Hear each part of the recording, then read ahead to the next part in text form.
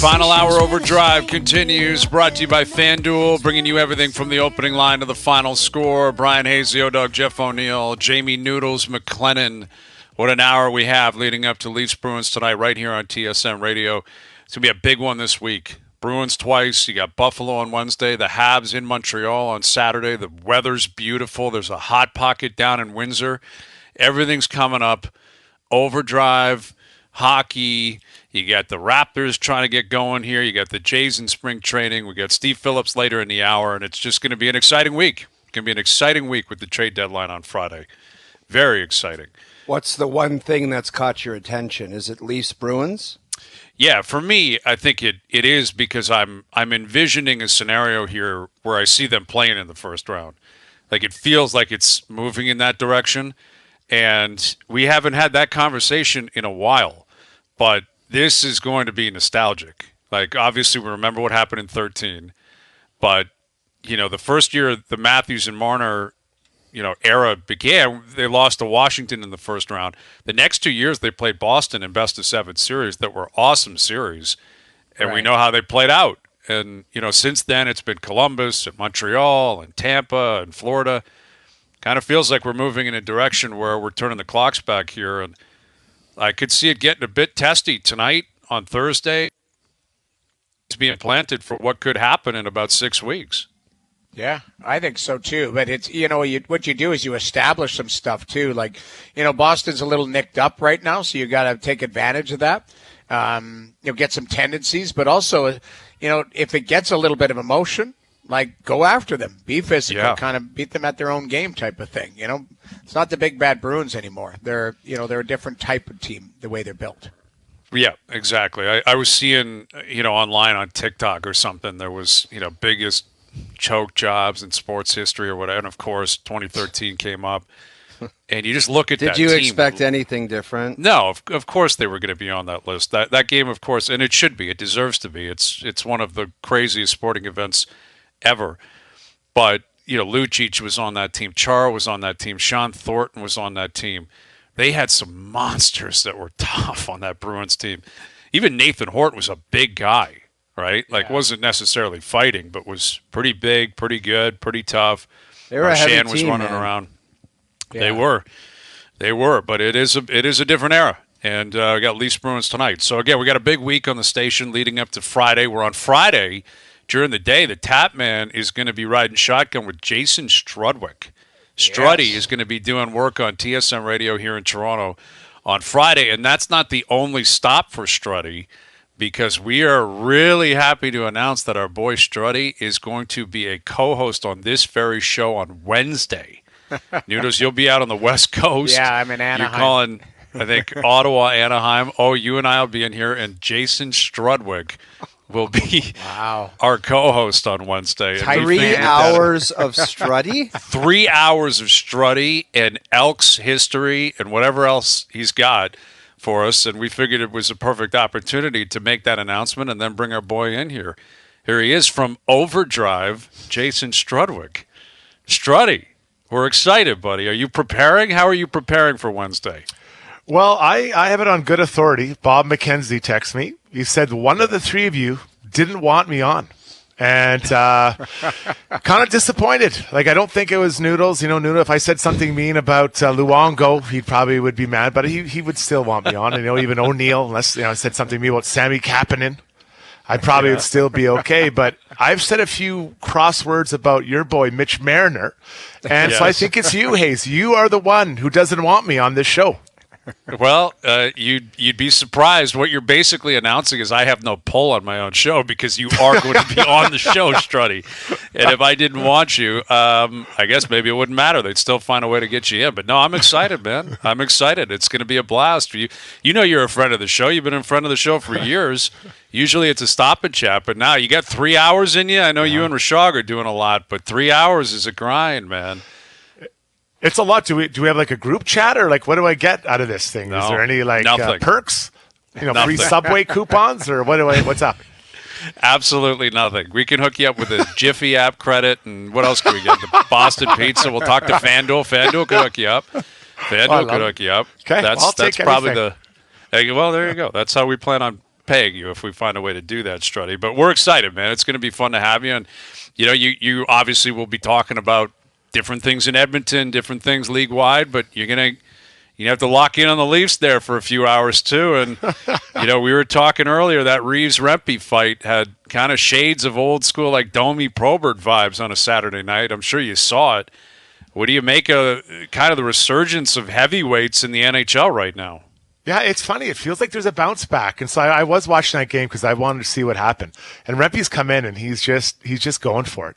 And I think that, the pride in Reaves, he wanted that fight. I'm guessing, I probably would have won it. Just it's Saturday night. You want to make sure everyone kind of knows what's up. And then you've got obviously Rempe, he wants to make a name for himself. So I like the way Rempe fought that fight. When he fought, versus Columbus, I thought he was fighting kind of a smaller man's fight. He was in too close, and he was getting tagged with some hard punches. And for a guy that tall, you probably shouldn't take that many direct hits. So I thought against Reaves, he was way better. His arms are more stretched out, and you could see that Reaves was having a tough time, bridging that gap. And Reaves isn't a small guy either. So I thought he did great. And I just, I don't know what's going to happen if more fighters are going to come in. I don't believe that there's a lot of young players today that are looking at, when I was growing up, you want to be like Bob Probert or Wendell Clark, Mark Messier. Well, you can hardly fight Struddy in junior. Like, isn't there fighting rules where it's like you can almost not do it? Yeah, so I think that you're going to run out of, I don't think there's that many people that really are going to be wanting to do it and then kind of think about it. Like when I was growing up, I wanted to be rough and tumble and toss guys around. But now, young kids that I coach, they all want to be, skilled and dangle around people instead of blowing them up. That's the problem. It's a huge transition, isn't it, Noodles? Like that, you're right. Like we all grew up differently and, different skill sets and different sizes, but there were always, you got to Pee Wee. I remember when hitting was implemented, and it's like there are monsters out there immediately that want to take people's heads off. And like scouts would show up by minor bantam. There were fights all the time. Like all the time. That's minor bantam scouts. Fights and minor bantam. It's crazy when you put it that way, but I remember guys getting it tilts. You go to a showcase tournament, we were 15, there'd be fights. Like you knew it was coming because guys are like, I think I can make the OHL by fighting. Now you can't even, like that, I can't even imagine that would be a part of anyone's conversation at this point. Well, Struddy, I also wanted to see, would you circle his name and go, I'd like to try this guy? You think Reaves at some point in the back of his mind, like the kid, he hits the ground running in the league. Like you got to think there's guys that can handle themselves. They're like, this guy's coming against me. Like, would you circle him and say, I'd like to try out, see what he's got? He's a pretty big guy. I'm not sure I've been, looking forward to that fight. You think about a guy like Bugard when he was up, rolling through the NHL. We were playing against him, and he hit me. So my temper, I just slashed him, and he turned around and looked like he wanted to fight, and I pretend I didn't see it. And then, I get to the bench, and our coach, he goes, hey, if you can, try to suck him into a penalty, but don't fight him. I'm like, don't worry.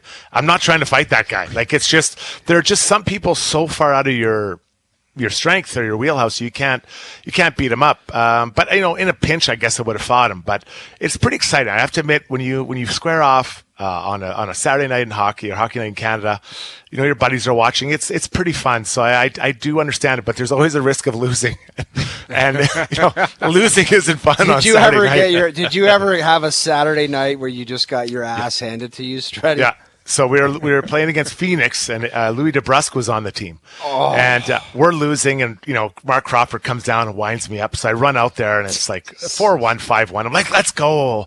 He's like, come on, buddy, like whatever. I'm like, oh, let's go, whatever. I'm just wound up, and so we dropped the gloves. He hits me twice. So I go down.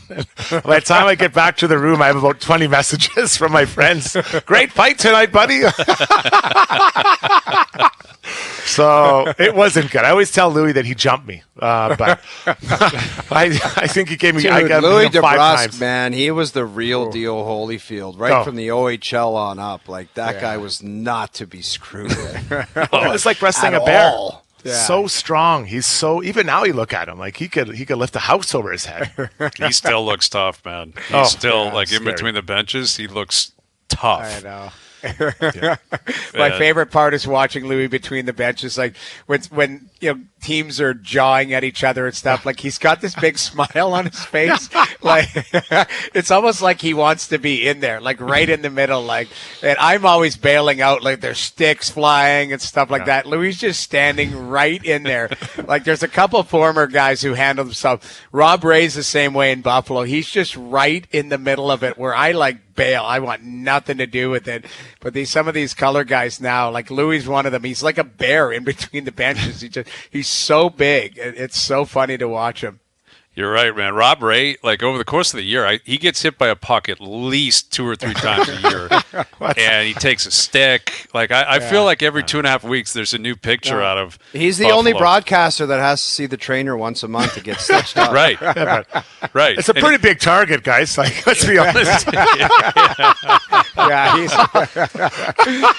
glad you said that. If we run into Rob Ray, it's like, hey, Razor, how you doing, man? Jason Strudwick with us. And, we were talking about the pendulum swing in Struddy with the 4 Canadian teams that are going to the playoffs where, Vancouver came out of the gate so hot. Winnipeg's been consistent all year. And then Edmonton and Toronto have kind of gone up and down. Edmonton had that horrible start, and then they run off 16 in a row, and now they're rocking, and they beat up on Pitt last night. And the Leafs were very inconsistent themselves, and now they're 13-3 in their last 16, and they look good, and they got a lot of mojo right now. Kind of feels like the 2 teams we talked about all summer, Edmonton and Toronto, is the locks to make the playoffs and the most at stake, best players. It took them a while, but they may have caught up to Vancouver, Winnipeg, other teams in the NHL in terms of kind of feeling good about where their game's at and how they're built as we get into March. Yeah, I think that's a fair comment. And you look at Canucks and maybe come back a little bit. They got a pretty big win last night, but I think that it's this. I think the next few days are going to make a difference as well. We saw teams in the past have made a lot of moves, and whether they work or not, does it affect your chemistry? Does it make you better? Does it make it worse? Do you stand pat, or does the team want something? So I think that makes a difference as well. Like, look at the Oilers. I'm sure that they're looking for some improvement in a few areas if you're on that team. But you're also on that team, and you might be one of the guys leaving, or you might be one of the guys going from, second line to down to the third line or the fourth line, or the fourth liner might be going out. So it's always an uneasy time of the year. So I think that, the teams you're talking about are feeling good about themselves, but let's revisit this in 7 to 10 days after they made their changes. We know everyone kind of settles out. Then everyone kind of says, okay, this is who we have, barring any injuries, and let's move forward into the stretch run here, and then kind of really get our game organized with the new players we have, and then see what we look like on game 83. Struddy, when you put eyes on Zach Hyman when he first got there, obviously you knew about the player and what he didn't. Did you ever think that he would be a 50 goal scorer? Well, I know who didn't. Kyle Dubas. That's 100% true. I don't know if Wednesday is going to work, Strud. I just got fired. I got the text. No, you know what? I think that he's the type of guy you want to play with on a line. Like, I'm guessing, you would have loved to play with him. He's just so relentless on the puck pursuit, getting the puck back. And again, I'm not going to say he's an uber skilled player, but he's really skilled in areas that he's good at. Along the wall, he keeps plays alive, gets pucks off the wall, whether it's in his own zone or as you're entering the zone. He's able to funnel him into the middle to 97. And then when 97 has an offensive zone, he understands that he just has to go around the net. And, 97 will shoot it to him. He'll knock it in, or he'll get a rebound like last night off that shot off the far pass or far pad and tap it in. So no, I didn't expect that. I mean, I think if anyone had thought that, they would have had to pay him more. Right. So, but what he's doing is it's incredible, but he fits so well. And I'm going to, we saw Pittsburgh in here the other day, or last night, I should say. And Chris Kunitz was to Crosby what Hyman's become to Connor McDavid. They both work really hard. They have high hockey IQs. They get to the net, and I really think that that's a really good comparison of what we're seeing and because when Kunitz went from Anaheim, he was a good player, but I don't think anyone saw him hitting the heights he did beside 87. Yeah, and I mean that's something that has to be accepted, is that playing with McDavid is certainly going to elevate everybody's production. But we had that conversation last week that it's one thing to jump on a guy's line, fit in well, tuck home 35 goals. It's another thing to tuck in like 55, which is what he's on pace for. Like, it's an outrageous number for a guy that's in his 30s, too. Like, this is not a scenario where Hyman's just getting into his prime now. He's doing this, into his 30s. And, he does it again last night. McDavid seems to be flying, Struddy. We're talking about that on a daily basis. Can he catch Kucherov, McKinnon, Art Ross? I know that he's kind of downplayed all that stuff all year, like not interested in the statistics. It's about the wins. But it seems like he's got a real shot. I mean, how would you handicap the chances that he runs off like 45 points in his next 20 games and ends up kind of stealing the Art Ross? He does get hot, or not hot. He gets hotter towards the end of the year. And we've seen that in the past. So I think that it's possible, but I don't really think it's a focus. I truly believe him when he says that it's about the wins. I truly think that that's what he wants. He wants the Stanley Cup, and he wants to give his team the best chance to win. Something I've noticed this year is he's been way more physical. And there's a price to be paid when you're being more physical. It takes a lot of energy out of you. And I'm not saying that's why he doesn't have an extra 15 points, but there is something, you got to take something out of your game from somewhere else to add into that part. So I think he's truly focused on the team. He's helping the team get better. I think he's very interested to see what Ken Holland does. Does he bring in people to help and to push this over the top? Because it's I don't know if there's one, like Colorado a couple of years ago was clear cut. I thought they were going to win it for sure. Vegas last year was good. I think it was pretty clear. But this year, you got Dallas and Winnipeg and Colorado. Then still Vegas, Edmonton, Vancouver. Like, that's 6 pretty good teams that you could probably argue could all make it out of the West. And then you got to still take on the winner of the East. Yeah. No kidding, man.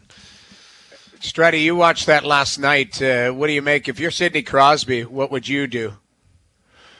Oh, man, that was a hard one to watch. I'd watched the game prior against Calgary. I thought they actually had a pretty good game. I thought they skated really well, and for long stretches, the Flames were kind of chasing the Penguins around.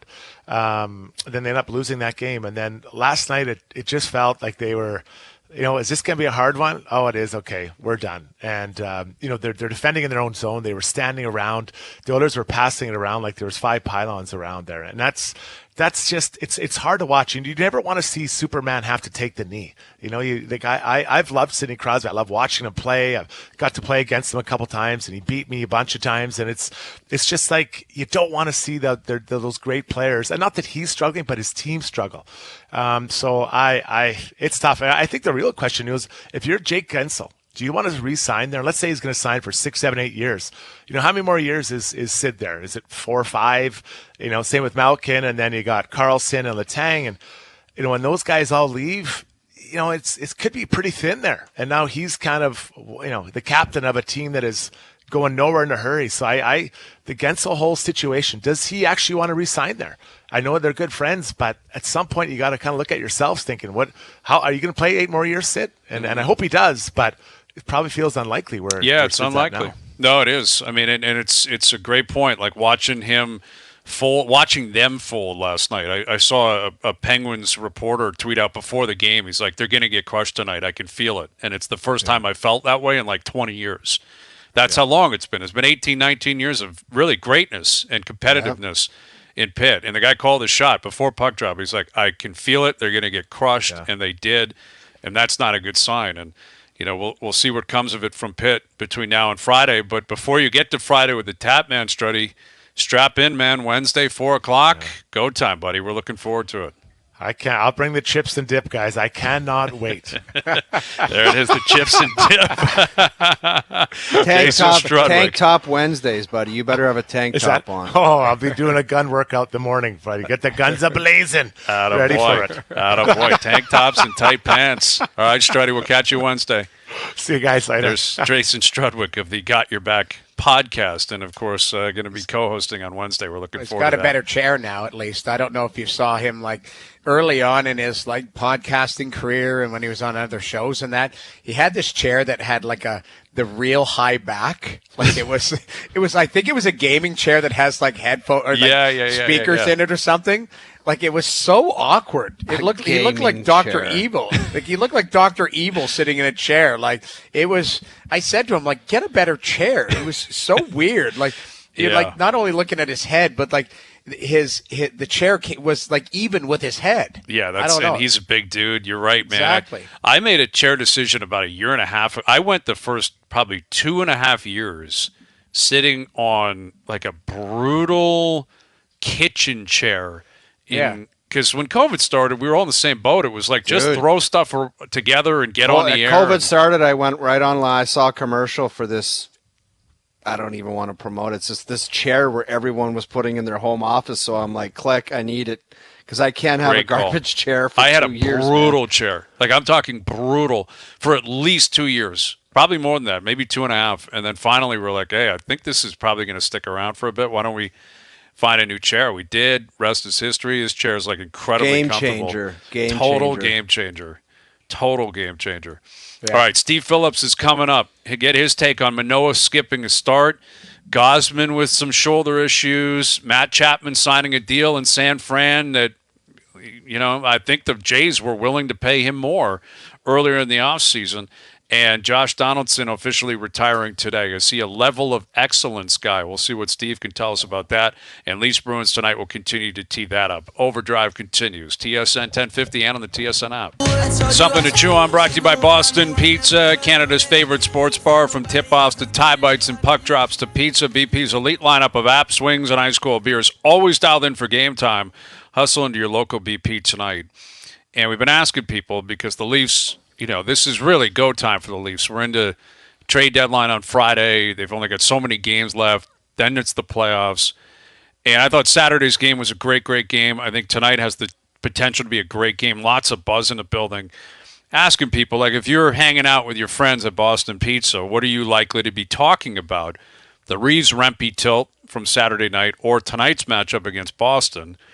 And the game against Boston is running away with this. 80%. I feel like that's a Twitter thing. Like, I'm not surprised people on Twitter are like, no, not the Rempe-Reaves fight. I don't care about that fight. I would have said Reaves-Rempe would be running away with it. I agree. And I think in the real world it would be. I think this is the disconnect. What do you mean the people voted?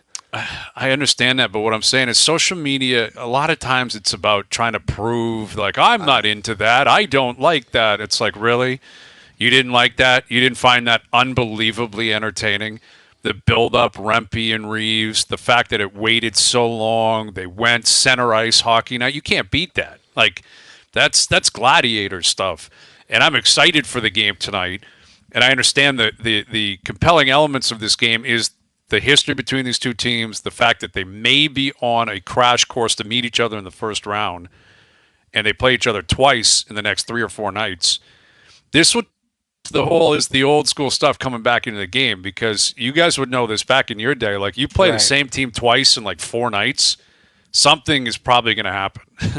But something's happening. There was goings on back then that were a lot different. Like the hate-ons, like the Boston Bruins have always played a certain way. They still kind of do, although we mentioned earlier in the show they play a little bit different now.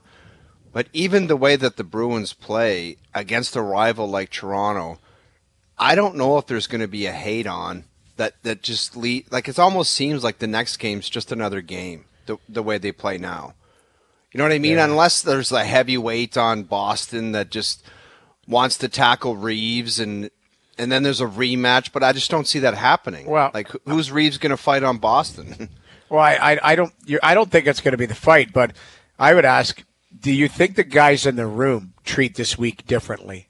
That like circle Boston and go, hey, we got to have a game here because we might see them 2 months from now? Like that's like, I don't know. I don't know if guys are wired You'd like that to way. think that, Jamie, but I honestly, that might not even be a conversation where it's like, let's let these guys know that if we get them in a couple months, like, let's show, like, I don't even know if those conversations would be had. Like, it just, that's the one thing I'm thinking about. It's a little different if this is 10 days out. You know, if there's 6 games left in the season and you know you got to play them, now you might see some shenanigans with the coaches going, I'm not going to play this guy, I'm going to do this, because you want to save them for the playoffs. I don't know if this is maybe just a little bit over the hump too far out. Like, what do the Leafs have left, 22 games?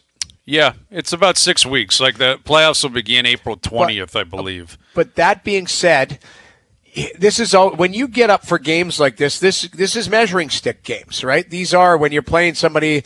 You want to catch them in the standings. You look at the standings every day, all of that type of stuff. Like I could see this meaning a lot more to the Leafs than the game against Arizona the other day. Obviously, yes, of course, but exactly. But how much? That's my question.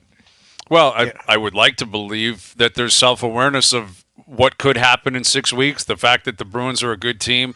The fact that you got history with the Bruins, right, earlier in the year, the Marchand, Liljegren stuff. Now, they've met since then and nothing happened. Yeah. No one, like Ryan Reaves isn't chasing Marchand around or whatever tonight. But, it should be building up, and it feels like come March, trade deadline week, we know where we're going. We're 6 weeks away from the playoffs. I think the intensity in general, league-wide, picks up. And on top of that, you have, again, two teams with a long history. So I'm looking forward to tonight, and I guess what I'm saying is if something happens tonight that isn't rectified or addressed, you don't have to wait 3 months to do it. You're in Boston Thursday night. So if something goes down on either side, it's like, all right, Thursday, it's go time. Steve Phillips coming up here in a moment. The Alek Manoah news came down, I think, late last week when we were on the air, that the shoulders acting up, which is what he was complaining about at times last year. And I don't want to be skeptical. Like, I don't want to be... It's impossible not to be, man. It's impossible because we've seen it before. The three of us have been doing this long enough to check the boxes of where it's going. We got multiple boxes already checked. Right. And we're like 2 weeks in. We've got a bad start.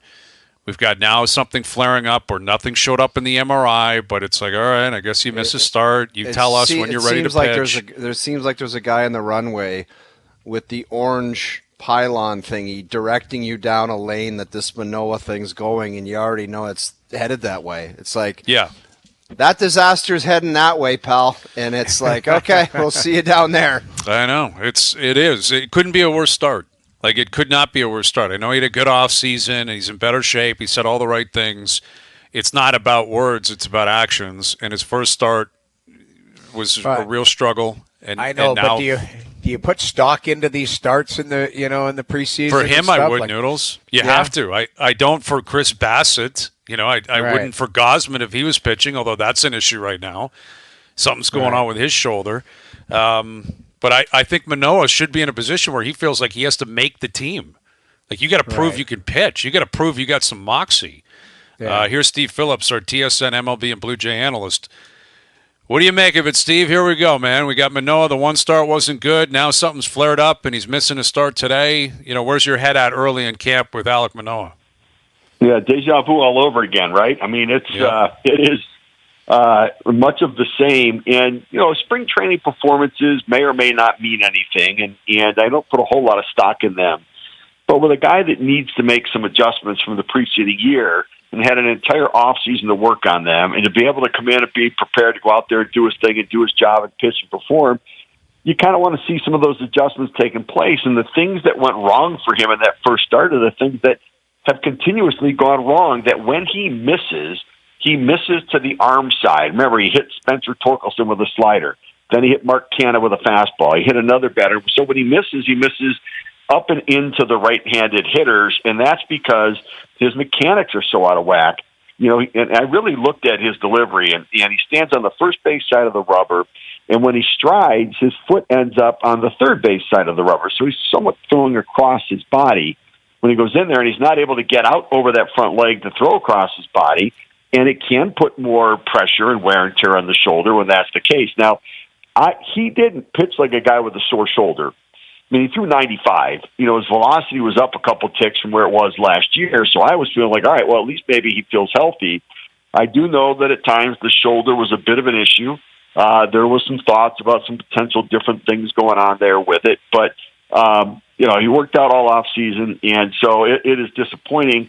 And I'm with you. He's fighting for a spot in this rotation. As much as Ross Atkins said that, Manoah's in camp, and his view isn't about making the team. His view is about getting back to being one of the dominant pitchers in the game.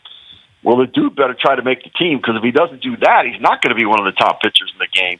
And I don't think there are any scholarships for him this year. His scholarship is on hold right now. He's got to go out there and pitch and earn it, and he's going to miss some time, whatever amount of time right now, while this is a thing. And so I think it's unlikely that he starts the season in the major leagues.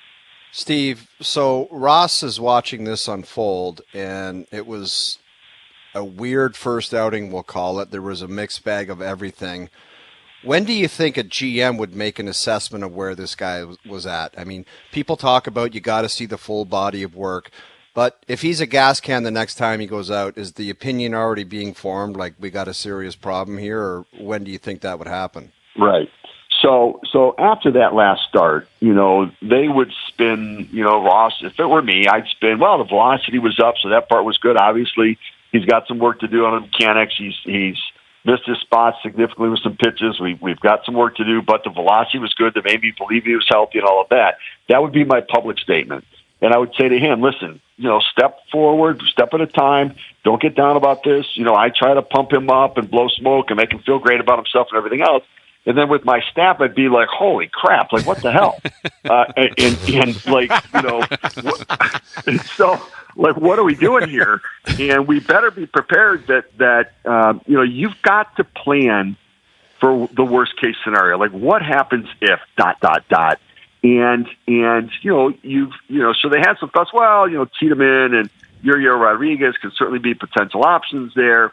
But I think they really need to really consider that, whether he's healthy or not healthy, he's not pitching like a guy who's going to be insurance for you later in the season either right now. Like, there's nothing that made me believe that even if he's not ready to make the team, he's an insurance policy to come back and help us later in the year. He didn't do that last year when he was out of sync. And so, I don't know that you can really plan and predict that he's an option. You have to hope that he bounces back. But he's got to be the icing on the cake. So for me, I would be out there looking at the Mike Clevingers of the world. Clevenger pitched great for the White Sox when he came back from injury last year. Michael Lorenzens of the world and those guys that have been out there looking for jobs. And so, and to bring somebody in camp and listen, Guerrero Rodriguez may step in and be great. Tiedemann may be ready for it, but you're going to need somebody after them too. And it really can't be a plan that's going to be Manoah. You hope it could be, but you've got to plan for the worst case scenario right now. And that means I think they need to add another arm of some sort, of some variety into the depth of the organization. So last year, we all know how it ended, and it was miserable, and people were hating on the management. And going into spring training, along with Alek Manoah, I'm sure they wanted to get some kind of positive vibe. It just seems like they're getting clubbed every day. Like, is anyone kind of putting stock into that? Like, what the hell are we doing here? Or is this just spring training and get guys loose and moving, and there's nothing to see here? Yeah. No, I think it's just spring training. And there was nothing predictable about what he would look like coming back in this year. I didn't have any reason, honestly, and I've heard this, they had some chances maybe to trade him. And for me, I probably would have moved him. If they needed a left-handed hitting outfielder, and if they could have gone to the Cardinals for like a Dylan Carlson to come in and add into the outfield for you as a left-handed bat, or switch hitter, that's the kind of guy I would have looked to try to make a move with it, just because, he didn't start with 99 with his velocity. And when it came down, and then you're looking at, he's a big guy, and so even if he got himself physically back on track, it's going to be a challenge every year for him. And so I probably would have made a move to do something with it. Now, they didn't. And so they're going to do all they can to build it back up again. That's all you can do, right? There's nothing else. Nobody's going to feel sorry for you. So you've got to go out there and keep trying to be positive, keep trying to find answers, challenge everybody with what they're doing. And first and foremost, make sure he's healthy, because that can be an explanation for much of it. But, he threw 95 the other day, so I don't know that anybody would have thought that health was really a major factor. Well, and I think what I was pointing to is the kind of PR around the team right now, where it was a disastrous offseason. Some of it self-inflicted, some of it, not to their own doing. They were in on Ohtani. Ohtani chose the Dodgers. But when you go all in on Ohtani, and then he maybe uses you to get the deal he wants with another team, it's a tough thing to overcome. And they just simply didn't, right? With the signings they made, they didn't. And then on top of it, you got Manoah starting the way he's starting. Chapman signs a deal that's a really underwhelming player contract in San Fran. And I would guess the Jays were willing to go there if they were talking to him. but they didn't. And in the end, Chapman's not here, and we're like, all right, who's playing third base for this team? Yeah. Who's the fourth outfielder on this team? Manoah, I don't know if he breaks camp. Now Gosman starts. He's got shoulder stuff going on. He's not even ramping up. It's like, man, we're in March, yet from a PR standpoint, it's not good, Steve. It's not good up here. It's not. No, it's not. It's a bad look right now. There's no question. Now, look, Gosman can bounce back. Manoah can get back on track again. And Biggio, to me, it feels to me like Biggio's the most important position player. One, because they lost Brandon Belt's left-handed bat, and so you're going to need the balance in your lineup for the left-handed bat, and he's going to have to be the third baseman. Kind of Phillips is the Whit Merrifield replacement. That's who he is for me. He's not the third baseman. I personally would go Biggio and Justin Turner at third and go sign J.D. Martinez to be the DH. That, to me, is much better configuration for this team. Let J.D. Martinez be Brandon Belt. Let Biggio and Turner fill in at third base, and then they can fill in some at first. Biggio can play some outfield, but they're short offensively. They're even short from last year offensively when they didn't score enough runs. And Isaiah Kiner-Falefa is a good little ball player. Every team could use one, but if you have a team of 26 of them, you're going to lose. And so, he's a nice guy to have on the team. So yeah, it's not a good PR look right now from the fans' perspective. Plus, they're not scoring runs in the spring, so that adds into all of it as well. And the bottom line is Biggio and Vladdy and Bichette are all going to have to step up and perform better this year than they ever have. Springer's got to be better. Varsho's got to be better. Alejandro Kirk's got to be better. And then you're going to need the pitching to be as good as it was last year to be able to compete in the division. And it's asking a lot because you have four starters who were fantastic last year, and generally that they don't tend to repeat all the same from one year to the next. So it's going to be interesting to see where they go, but it's not a great start to the spring. Steve, you mentioned Vlad. That ARB over, what was it? Was that a $2 million separation in that? Yeah. About that, yeah. They were coming in, about $2 million, and he won the arbitration in the end. Steve, I've been to ARB, and I kind of had the sense of all the players that have been handed money, I'm the one that had to go to ARB. Was that just a necessary evil, or what's your thoughts on Vladdy and ARB? Yeah, right. I mean, it's an unfortunate nature of the business. I think that they have a policy that if we file numbers, we're going to go. And, $2 million separation is not insignificant. Now, you may think, well, in the scheme of the budget, but it has exponential impact because if he gets paid $2 million more, then next year in arbitration, the comparisons now get compared to him as a $2 million more player. And then the next guy says, well, $2 million, what's the big deal? I'll settle with him and give him another $2 million. But Steve, Vladdy would also be aware that they were in on Ohtani, so he's got to be thinking, now we're crunching numbers on $2 million here, $2 million there, where you had 600 sheets ready for a guy that never played for the organization. Yeah. And here's the thing, there's a very reasonable explanation from the club's perspective why they were in on Ohtani, why they're not just throwing nickels and dimes in which means $500,000, $1 million to everybody else. I mean, we talk about things in fractions in baseball with money, but and that comes down to an agent and the understanding of the business of the game, and so I would think that Vladdy knows with his dad's business of the game, and he does have a good agent that I think that they can help make sure that there's if there is that thought on his part that he understands that that's just not how it works in arbitration. But free agency, it might. That in free agency, the value can go to where the market says it's going to go. So it's the risk that we run in the game. But if every team just threw in the extra money to make the player happy, the payrolls would go through the roof. And so they choose not to do it. Steve, if you had to predict right now, just as a manager, we were talking about this last week, Vladdy is a guy, what is he as a player? Or what is his ceiling where I think is Bo a little bit more predictable in what you believe he's going to be in the end or what his ceiling is between the two players? Yeah. So it's really hard because unbelievably so, but Vladimir Guerrero Jr. was the youngest player in the Blue Jays last year. That doesn't let that sink in. He was the youngest player on the Blue Jays last year still. Now, he's not a baby anymore. And yet we've seen flashes of what the ceiling might be, and that's an MVP caliber player. He's not done it the last few years.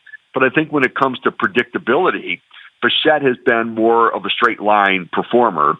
And, he's nearly going to lead the league in hits if he stays healthy all season long. He's done it before. He's going to hit for a high average. He's not going to walk a lot, but he's going to drive in runs. He's going to take the ball. He's going to post and do what he's supposed to do as long as his legs hold up on him. For Vladdy, there's been peaks and valleys with power and production, and it all comes down to confidence. That guy who, and as a rookie went to the home run derby and put on the show and everything, like that guy's in there somewhere. He just hasn't been able to get out of the shell. He's sort of stuck inside there. And so there's still a whole nother tick or two up for Vladdy. But predictability-wise, I would probably end up paying Bichette more than Guerrero right now, just because I haven't seen the consistency out of Vlad Jr. Always great catching up with you, Steve. We'll do it a lot moving forward, buddy. Thank you for this. You got it, guys. Thanks for having me. I appreciate it. Steve Phillips, our TSN MLB analyst. Maple Leaf Player of the Day. Leafs lineup. We do it every single week. We announce a player, current or former, every day right here on OverDrive. And on Friday, if you call in and name all 5 players, you're going to see a future game. This week, we're giving away tickets to see the Leafs play the Carolina Hurricanes. Carolina, March 16th. Nice. Plus, we're throwing in a $250 Vanilla Visa prepaid card. Vanilla Visa prepaid cards are available for purchase at Petro Canada. Today's player of the day is the pride of King City, Jeff O'Neill. Wow. Jeff O'Neill is your player of the day. I think I've been doing this show too long for you guys to give me the courteous throw in for the player. I don't need Stoogie comes up with it, man. I just read it, dude. Thank Pure you. burgundy. I love it. There he is. Why can't you're too good to be the player of the day? You're but my first that? couple of years, I was like, man, are they ever going to give me the player of the day? But Doogie, thank you. It's unnecessary, though. All right. Well, that's why you gave him a shout out. You're going to bail on Luke. That's why I think you might have got wind of that. Bailing on Luke Wilson. Disappointing to hear. Dude, I'm not doing that. Next year, it's me and my partsy. Run it back. Well, we should give a shout out to Jason Kelsey. You see, he announced his retirement today, which I don't think is unbelievable career. He's a Lock Hall of Famer. He's arguably one of the great centers of all time, great linemen of all time, and he became incredibly popular though later in his career because of the greatness of his brother, the Taylor Swift effect. Let's call it what it is, man. Yeah. Like the Kelseys, their podcast is blown up. His speech today though was awesome. Like no sleeves, up there. Ready. Sleeveless shirt to announce his retirement. And I thought it was. He's not exactly going to suffer in retirement. Somebody is waiting with a Brinks truck to pay that guy to do broadcasting, and he is going to be making so much. He might make more now than when he played. Yeah, I mean I think it'll be a really interesting scenario where does he do that or does he just keep doing the podcast and do it independently? It's because you're right. Like a guy like that with his profile, who he is. His personality, his willingness to speak his mind, ESPN, CBS, Fox, NBC, they're all going to be all over him. I mean, they're all going to be all over him, and I would expect he steps right in if he wants to. Yeah. But he had some great lines today, and I think it was Trey Wingo isolated this one line. I wish I saved the audio, and this is it. This is sports in a nutshell. He said, quote, "Stepping on the field was the most alive and free I had ever felt. There was a visceral feeling with football, unlike any other sport. I could hit somebody, run around like a crazed lunatic, and then get told, good job. I love football." And I think hockey's very similar in that manner, too. I mean, physical sports, you're a lunatic out there, and everyone's like, hey, great job, man. Run in the corner and just absolutely steamroll somebody, knock them on their ass, and you come back and somebody says, great forecheck. Great job, man. Great job, 35-year-old man who's married with kids. You know what I mean? Yeah. Like it, and it's true about sports too, man. The phones don't come out on the field or on the rink or anything. You step on the ice or the field, it's all you do is play. That's it. That's all you do. And you could tell he's going to miss that. But Jason Kelsey retiring. Some big news in the NFL. Russell Wilson's going to be cut. A lot of dead cap. He had dead money in Seattle, and now he's got dead money in Denver, man. This guy's breaking records in terms of, what his contract and what it's costing his former teams. But more on that as we move forward in the NFL. offseason. Leafs Bruins tonight. We'll come back and tee that up. Overdrive continues. TSN 1050 and on TSN 2. So Wednesday is a big day with Jason Strudwick on the show for 3 hours. Wow. Could I host some type of Struddy versus Hayes? Ooh, I like that idea. Yes. Maybe where Struddy has to answer Leaf trivia, Hayes Oilers, and the winner take all. I love that idea. The winner take all. That would be fun. That idea. Okay, lock it in. You want to talk about Rempe Reaves? Struddy versus Hayes Wednesday could be epic. Could be electric. Center ice. I love it. I love that idea. All right, you and your new teammates, Doogie and JP, you can work on that. Buddy, stop saying that. I never said I'm going on a super. Someone recommended it to me, and I'm like, I'm with an NFL player. Listen, it's out there. By the way, how is me, Doogie, and JP a super team? Well, it's not exactly. I know, but it's some guy at Costco. It's not me. Well, that guy at Costco, you're right. That is, it's just not possible. Like it's not. It's not right. It's not right. It's not right, and it's not possible, and it's not super. There's nothing super about the three of you. Nothing super. Never know. You never know. You never know, though. I guess that is always on the table. All right, Leafs Bruins coming up. Joseph Woll's getting a start. We haven't talked about that. We'll see what he's got tonight. This is the biggest start, coming back from injury. He's got him tonight. They got a back-to-back Wednesday, Thursday. So Samsonov looked good the other night. Time for Joseph Woll to step up tonight. Thanks to everyone behind the scenes for helping out. We appreciate it. Everyone for tuning in today. TV, radio, podcast, web, we appreciate that. We're out of here. Enjoy your evenings. Enjoy the games tonight. We're back tomorrow at... Timmy Boyle to the Broncos? No, 4 p.m. Not doing it. Not doing it. 4 p.m. We'll chat then.